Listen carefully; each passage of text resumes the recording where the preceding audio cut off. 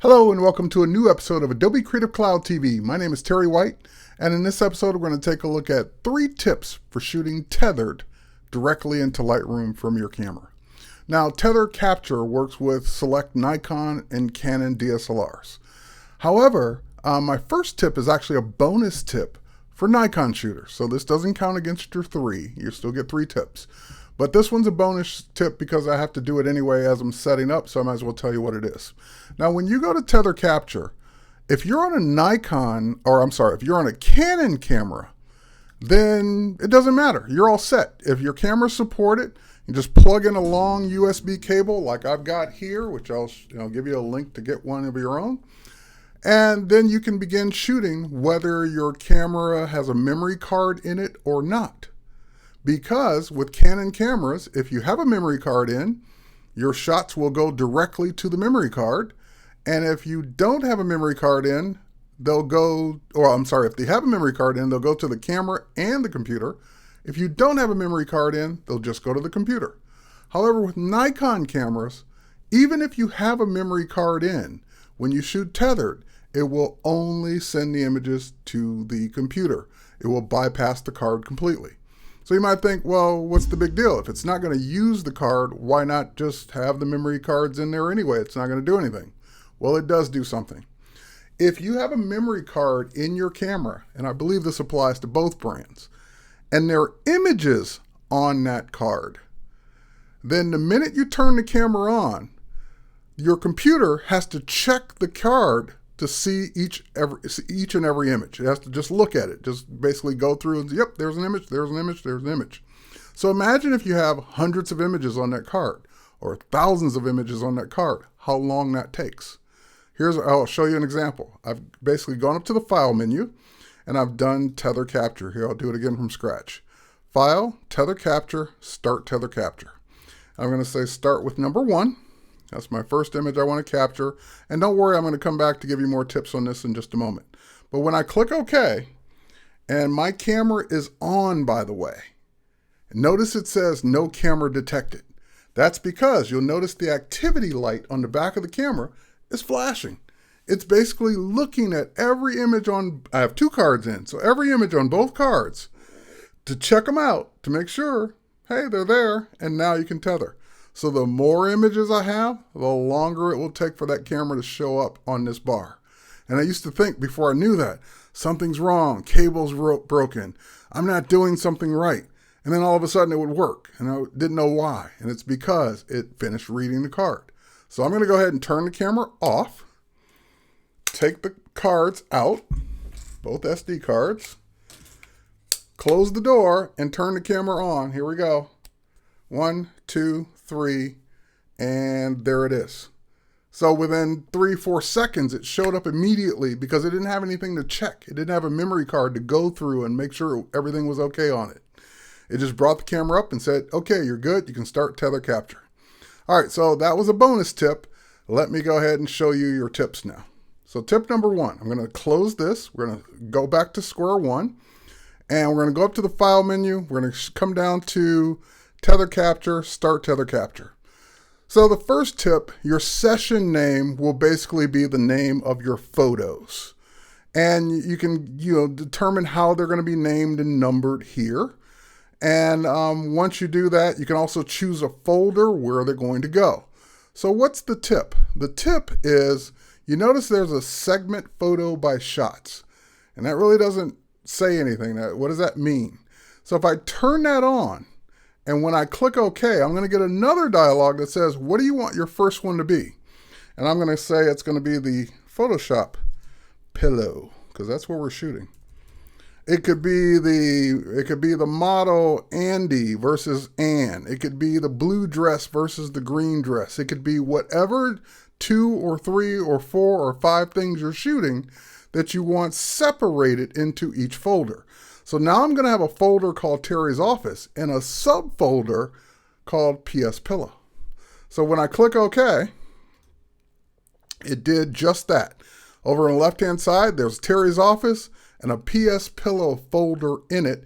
And notice on the tether bar, it now says PS Pillow because that's the session we're doing. So I'll go ahead and take a shot.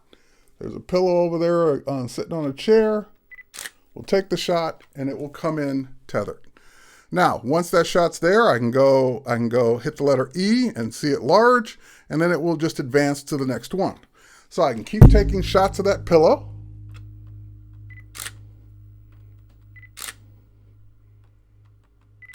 And those shots will keep coming in, and I'll keep seeing them nice and large in my loop view. So that was tip number one, is that, wait, we got that shot by segment, it's putting them in that folder. What if you want to now switch over to the Illustrator pillow, which is right next to it? So now if I click, I get to rename this whatever I want. So I'll name it the AI, Adobe Illustrator pillow. When I click OK, it will now make a folder, subfolder in Terry's office for that. And now I can start shooting the other pillow. And those shots will come in tethered into that pillow, or not that pillow, that folder. So you can basically segment your shoot by whatever categories you want. The different models, the different poses, the different outfits, the different subjects, the different products, the different whatever it is you're shooting, segment by that. Now, the next one, that's tip number one. Tip number two, you notice on the bar here, there's a develop setting. And what that means is it will basically do nothing right now, or you can use any one of your presets to automatically apply to any of the images that come in. But you notice at the top, there's a same as previous. What does that mean? Well, let me show you how to use that. Tip number two, I've got a gray card sitting on the floor that I'm going to use to white balance these shots. Now, normally people might do that at the end of the shoot. In other words, you shoot the gray card, you shoot 100 shots, you go in, select 100 shots, and you click the white balance eyedropper on the gray card, and they're all white balanced. But what if you wanted to see it white balanced as you go? So let me go ahead and take a shot of the gray card. And that will, of course, bring it up in Tether, or in the folder. There it is. And now I'm going to go ahead and do the white balance. So I'm going to temporarily hit the letter D to switch over to the develop module. And now that I'm in the develop module, I'll click the white balance eyedropper, and I'm getting a nice one over there in the preview. I click, and okay, now that shot's been white balanced. But it only did it for this one. It didn't do it for the previous ones because they were already there. So now if I set this to same as previous, now when I take my next shot, go back to the pillow, it will bring that shot in and apply whatever settings I've done in the develop module. So it just white balanced it. So now all the shots I take from here on out will be white balanced. I won't have to go back and do it later, and I get to see it as I'm doing it. Okay, so that was tip number two. Tip number three, and this is going to be maybe 3 and 4. I'm going to give you another bonus one here. The other one is, since Lightroom 5 supports full screen, I don't like to look at my images in loop view anymore when I'm tethering. I like to see them take up the full screen. So I'm going to hit the letter F, and that will fill the screen. And that way, now when I shoot,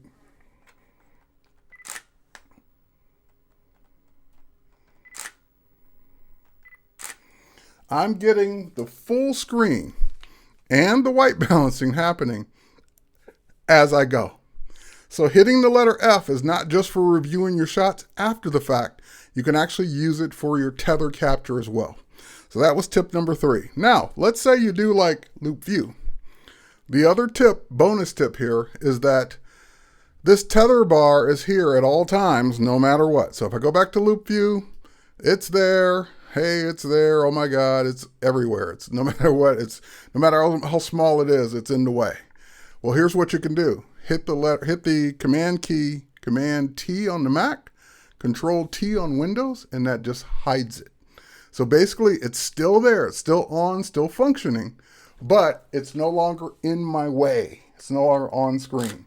And you notice that full screen did that automatically. It just turned it off because it figured in full screen, you probably don't want to see that. So those are 3 tips for shooting tethered.